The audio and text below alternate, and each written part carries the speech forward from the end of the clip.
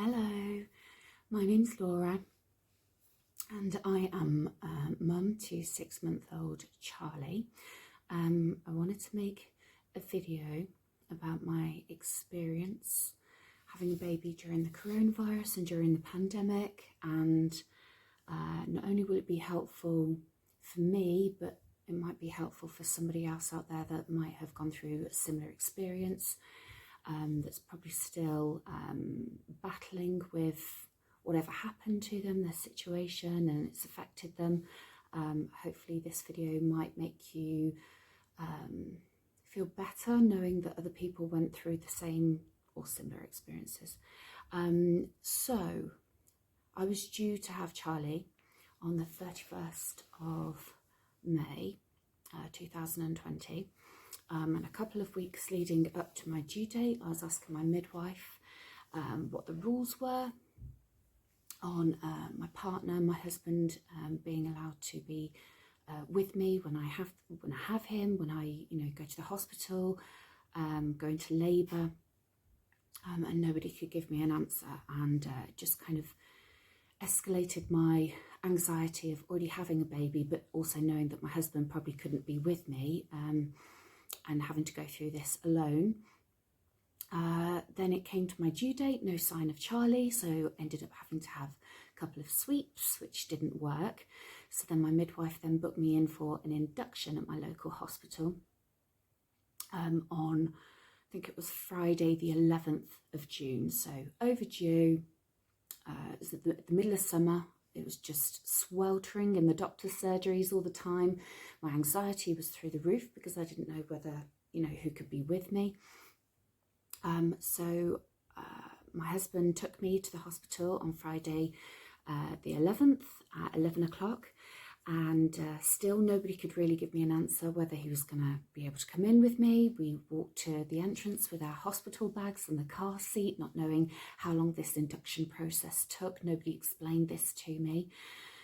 Then it was only when we got to the ward doors that the midwife then greeted us and said, okay, would you like to say your goodbyes? Which, as you can imagine, was very emotional and wasn't really expected. So there was a lot of feeling choked and kind of on the verge of tears, but we both wanted to be remain positive. A good thing was about to happen, but we just didn't expect that we would have to say our goodbyes at that particular moment. So the midwife went his separate way, and then the midwife then led me to my bed. I then naturally had a little cry to myself because I thought, oh my God, this is so scary, being in this big hospital, and I already have a fear of hospitals anyway, so it wasn't very nice having to walk in there on my own and stay on my own, and not knowing how long I was going to be in there, not knowing when I was next going to see my husband. It was all quite daunting. First night was not very nice, didn't get much sleep, as you can imagine, with all the monitors going off. You're in a ward with 3 other ladies who are obviously also on their own. You can hear the heartbeats of all the babies and all the monitors going off, and then the lights go on, and then the midwives are talking in the corridor. I myself had not a very nice experience with a lady that was next to me, who was experiencing some issues with her partner, shall we say, and taking phone calls at 3-4 o'clock in the morning, shouting and things like that. So that didn't really help. The first day that I went there, they put the baby monitor on my stomach, strapped me all up, and said, right, you're going to be on this for 40 minutes, but because I was so anxious and I was so nervous and my heart was racing, so was Charlie's, and they couldn't calm him down at all. And so 4 hours later, he then decided that he was then kind of going to play ball and calm down a little bit with me. They then started the whole induction process, and that's when they explained to me that I could be in hospital for up to 5 to 6 days. Told my family, they couldn't believe it because, nobody had explained this. Even though I was asking lots of questions, nobody had actually gone through this with me. Then a nurse or an assistant came round, healthcare assistant came round to do my COVID test. that was vile. For any of you that have had a corona, test, you'll know that it's not very pleasant. The stick going down your throat, the stick going up your nose and down. But at the end of the day, we've got to fight this. We've got to get through this, and it's got to be done. It's part of the process. So never actually got my results back for that, but apparently if you don't hear back, it's a good sign, and you're negative. They then came round to do my bloods, and they couldn't get into my veins, so then a doctor had to come round and take it out my foot. So all of this was just building up to the anxiety that I was already feeling. So 6 days later, still no sign of Charlie. They then said to me that that's unfortunately all they could do in this particular ward, and that when a bed became available in the labour ward, I could then go downstairs and then they would start me on a hormone drip. That's then when my husband could then join me. So later on that afternoon, a bed became available. My husband came and met me, and it was lovely to see him again. It was just, I was so excited. It was just a lovely feeling seeing him, bearing in mind that we haven't really spent one day apart from the night before our wedding, which was, a year previous. So that was really exciting, looking forward to seeing him. And we had a couple of jokes, and it was lovely. The hormone drip, unfortunately, didn't work. They then gave me pethidine because they induced my contractions. And at first I thought I could deal with them, and then I just had gas and air and it was okay. But then eventually, when they turned the hormone drip up, it was becoming just unbearable. The contractions were going up my spine, across my hips, obviously up my stomach, and it was just toe curling. I just couldn't deal with the pain. So, and the gas and air wasn't really doing anything. So they decided to give me pethidine. The pethidine didn't do anything. It just sent me a little bit loopy. I was saying a couple of crazy things, and making the midwives laugh with my comments, none of which I can remember. But that didn't work either. So the pain was getting quite excruciating by that point. They then decided to give me an epidural. Best thing in the world. I will have an epidural for any future pregnancies. Highly recommend. It worked for me. And the pain just completely went. I went numb from kind of, bra downwards, ribs down, and that was absolutely amazing. That was. Unfortunately, still no further than 1 centimetre dilated. I was 1 centimetre dilated the entire time. And they told me that once you go to 4 centimetres, that's when you're in active labour. But I never reached that. So eventually several doctors came into the room and explained to me that they were going to give me a couple more hours. But because they'd already broken my waters, it was quite dangerous because I suppose exposing the baby to kind of bacteria and all that kind of thing, because obviously the waters in your placenta protect the baby. They'd already broken these several hours before, so they didn't really want to leave it too much longer. That's when then they said, if you haven't dilated any more than 1 centimetre, then we're going to take you for an emergency cesarean. Took me for the emergency cesarean. It was absolutely fine, no problem. Then it was when I came out the surgery that's when things started kind of, reality kind of hit in, of like the whole coronavirus and the lack of support that was really available. So I had mentioned previously that I wanted to breastfeed. So when I came out of the surgery, the midwife put Charlie straight on my boob. I was kind of out of it. I didn't really know what was going on. I was like a zombie. I'd been up for 16 hours in labour, and then obviously the 6 days before, kind of getting no sleep on the ward naturally, as I'm sure a lot of other people don't either. And I couldn't really kind of take note of how I was breastfeeding and the latch, and I didn't know anything about positions and things like that. So we were allowed 60 minutes with my husband and Charlie, my new baby. 60 minutes, they were literally watching the clock. The minute the 60th minute went, then that was it. He was told he had to leave. And that was, once again, very emotional. Anxiety went through the roof again, because I just thought, how am I supposed to look after a baby when I've just had major surgery? How am I supposed to get up and pick up the baby? Charlie, how am I supposed to go to the toilet? In normal kind of circumstances, your husband would watch the baby when you went to the toilet on the ward. But in this case, it was a mad dash to get to the toilet and back. hoping that your baby was still there, hoping that your baby wasn't screaming or crying. And it was just not nice at all. So he left, went back up to the kind of, I think it's like, don't know what they call it, but kind of like the ward where you go to recover, like maybe the postnatal ward. That's when then, in the middle of the night, I remember Charlie crying, and we all had these buzzers, and I pressed the buzzer, and the midwife came over to me and said, I don't know what's wrong with him, he's crying, and I've tried changing his nappy, didn't really know what I was doing, because as I'm sure a lot of you are aware, that during the whole kind of lockdown and coronavirus, none of the antenatal classes were on, so any learning that I learned was either through YouTube or any kind of friends giving me tips, but just kind of getting really stuck in really and just kind of guessing what I was doing. So I didn't feel massively prepared.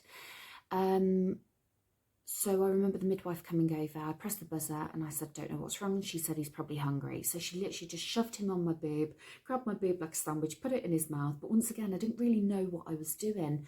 When I asked her kind of, you know, can you help me? I don't really know what I'm doing. She kind of eyeballed me and just kind of said, you know, it's really busy, we're really understaffed, I'm sorry, but, you know, basically I can't really help you. So then a couple of days later, we left.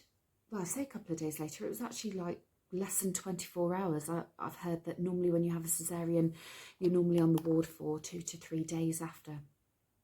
But because it was so busy and they were so understaffed, I had Charlie at 4 o'clock in the afternoon and on the 16th of June, and then I left at kind of midday the next day really. Once again, everything was very rushed. They took him to the nursery, did a quick check on everything, you know, his reflexes, made sure that everything was working fine, and I was kind of like pushed out the door, like kind of go, okay, that's it, go and look after your baby. That's when the whole breastfeeding issues started. I didn't realise that I started using a hacker, which for those of you that don't know what a hacker is, it's a basically a plastic bottle with a suction cup, and when you're breastfeeding your baby on the one boob, you can put the suction cup on your other boob and it naturally draws out the milk from the other boob. I thought from watching YouTube clips that was a really good way of saving any milk for the future, for when I stopped breastfeeding at 6 months. That's what my aim was, and then I could feed him the breast milk and freeze it, and that's what a lot of girls seem to be doing on YouTube. I didn't realise, or didn't click at the time, that when I'm breastfeeding on one boob and using the hacker on the other boob, that my body thinks that I'm feeding twins.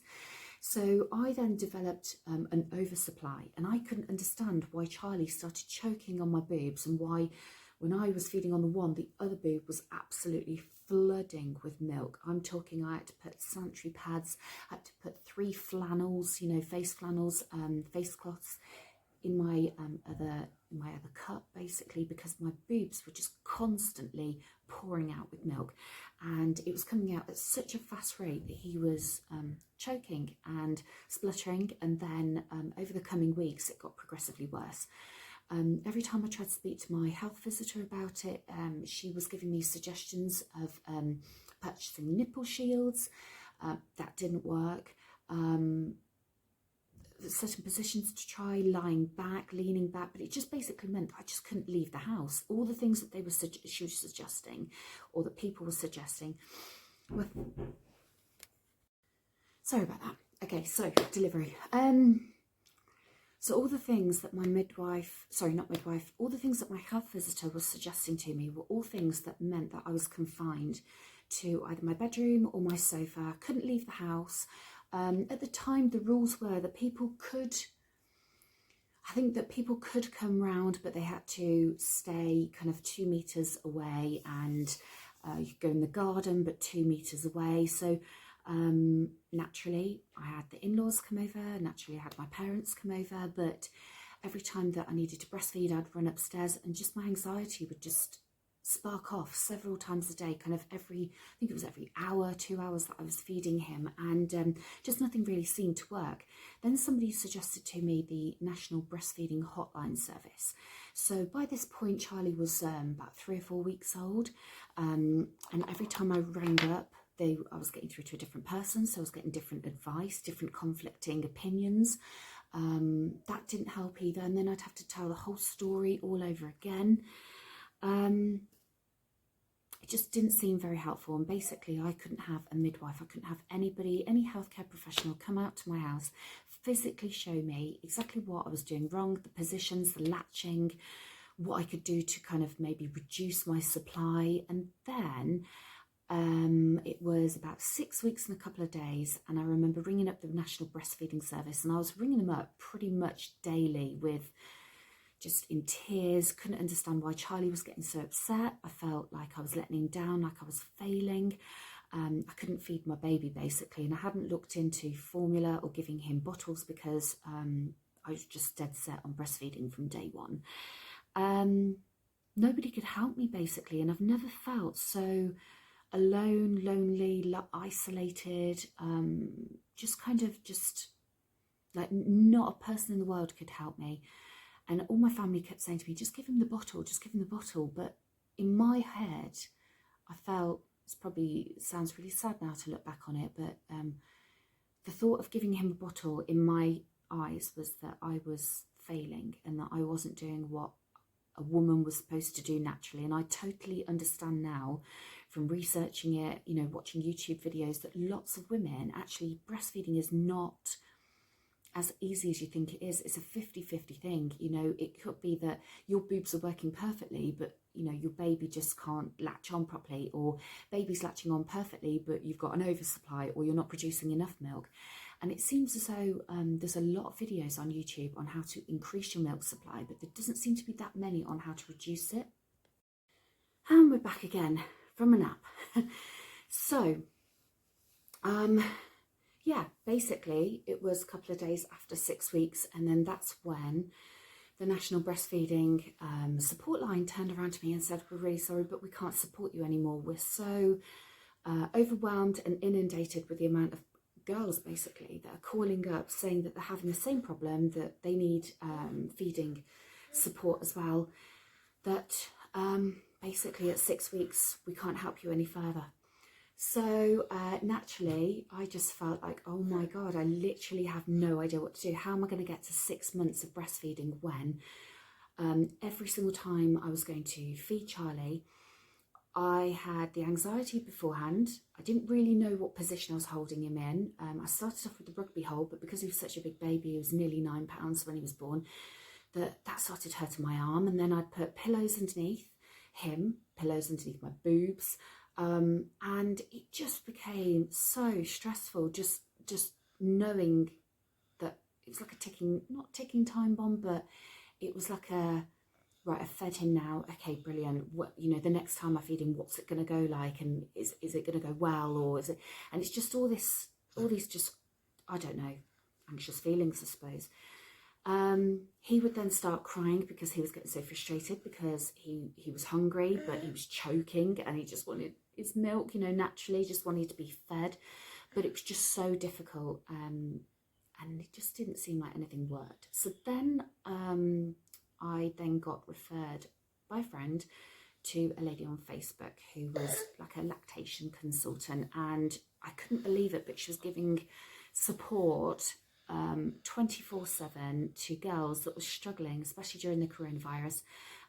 You know, free support as well, which was amazing as well, because I did look into actually paying somebody to help me, but she was absolutely fantastic. And you know, she was messaging me back at 1 o'clock in the morning, 4 o'clock in the morning, you know, 10 o'clock at night. And eventually we started doing something called block feeding, which was basically stopped using the hacker. Once I realised that I had actually kind of made a rod for my own back by using the hacker, it wasn't a good idea for me. It wasn't a good tool for me to use. So that got chucked, and I started block feeding, which basically is staying on one boob, feeding. So instead of feeding on one boob and then the next feed on the other boob and alternating boobs, what you do is you stay on the one boob, and then the next feed you do it on the same boob. And what that's doing is telling signals to your brain from the other boob that basically we don't need that milk, so stop producing and just kind of slow down a bit. And and you do that for a certain amount of hours, and you do it for a certain amount of days, and every single person is naturally different. You know, some people notice the effects slow down after maybe a couple of days. Some people have to do it up to a week. Some people maybe do it permanently. I'm not too sure. But I found that after about 5 or 6 days, it would slow down the production on the opposite breast. So that was starting to work, and that was great. But then when I went back to alternate feeding, it would just start up again. So it never really seemed to work. Eventually, the one day my dad came round and I went upstairs to feed him and completely forgot that the baby monitor was on downstairs, and I was crying, he was screaming, I was trying to console him, and just nothing. It was just awful. It was just really, really stressful. And I came downstairs, just absolutely bawled my eyes out, saying how, you know, I wanted to breastfeed and I really wanted to feed him naturally and stuff, and it's just not working. And my dad said, Laura, have you got some bottles? Have you got some formula? And it just so happened that a couple of days before, I actually had purchased some MAM bottles and some Cow and Gate formula. And my dad said, look, let me hold him. You go and make up a bottle and I will feed him while you kind of get yourself together. I had mascara going all down my eyes. It was just, I was so glad that at that moment I had a family member there to actually say, you know, just go and do the bottles, just go and, you know, you're trying your hardest, it's not happening, it's not working, you know, you've tried your best. But by this point it was 3.5 months, and I thought maybe you know, I've done half of what I wanted to achieve, and that's it really. So that was the end of my breastfeeding kind of journey. But in the meantime, I ended up having to swap health visitors, because unfortunately my health visitor that I'd been dealing with, found was talking too much about the coronavirus, as in how it impacted her family, and unfortunately at the time they thought I had postnatal depression, because I was getting so upset all the time, I was anxious all the time, just really teary, just feeling very low. And as much as in a normal situation I'm quite happy to listen to how other people are feeling and things like that, but at that time I just really needed the health visitor to be there for me, and listening to her and her anxieties and how it's affecting her family wasn't really supporting me when I really needed the support the most. So I ended up changing my health visitor, which is something you can do. You just, you know, you either speak to your current health visitor or speak to your doctor, and you know, not everybody's perfectly matched all the time, so you can swap your health visitor if you feel like you're not a good match. I then ended up being referred to perinatal counselling because of the whole build up to having Charlie, the experience of being in hospital, being on my own, and then coming out of hospital and having kind of a lack of support, a lack of physical support, and, you know, trying to be on the phone to somebody, trying to explain the whole situation to a brand new, you know, a different person every time I called. I just basically got referred to perinatal counselling, which is like a listening service. And that really seemed to be all that was really available at the time. I suppose it's a combination of speaking to somebody, but also it's a combination of time as well. And I found that as the weeks went on, I was trying to see the positives of what was happening that week rather than dwelling on the negatives. So I started weaning Charlie at kind of 5 months. So I was saying, you know, how well it was going, and then his napping was going well. And I, at one point, felt really, really like I wasn't in tune with Charlie's cues. I didn't really know what he wanted. He'd be crying and I didn't know whether he was tired, whether he was hungry, whether he needed his nappy changing. And at one point I actually would write down a kind of checklist, and if I didn't know why he was crying, I'd say, right, is it because of this? Is it because of that? And I'd like tick it off, you know, because the anxiety had kind of consumed my mind and I couldn't really think clearly. I found that worked for a few weeks. And then we are where we are now. So Charlie is now 6.5 months old. I don't have perinatal counselling anymore. I have my down days, I have my good days. But with the coronavirus, with all this pandemic going on, and national lockdown, there's no groups that we can go to, no baby groups, no sensory groups, no way of meeting other mums. So quite fortunate that I have a cousin who's also had a baby around the same time, and I can ask her for advice and tips and just general mum chat really, and mum rants. But one thing, well, a couple of things that I have to kind of remind myself for any future pregnancies or anyone that might be going through the same thing at the moment is that it is difficult, it is hard, it can be really lonely at times, even though you might have a partner, boyfriend, fiance, husband, family around you. It makes you realise how much we really rely on that kind of human interaction. And it's great having WhatsApp calls and stuff, it's great having actual telephone calls, but there's nothing like having somebody right next to you who's able to either take the baby off you so you can go and have a shower, or somebody to just have a normal, you know, a cry to or conversation with. So anybody that is going through it or is at the beginning of it, all I would say to you is that it will get better. This is a once in a lifetime thing. This will never happen again. If you decide to have any future pregnancies, like I keep reminding myself, you know, my partner will be able to be with me the entire time next time. And I will have the support after, and I will have the health visitor come out to me, and I'll be able to go to the baby groups. I'll be able to go to the antenatal classes, as well as the, you know, the sensory classes, and meet other mums that way. So will get better.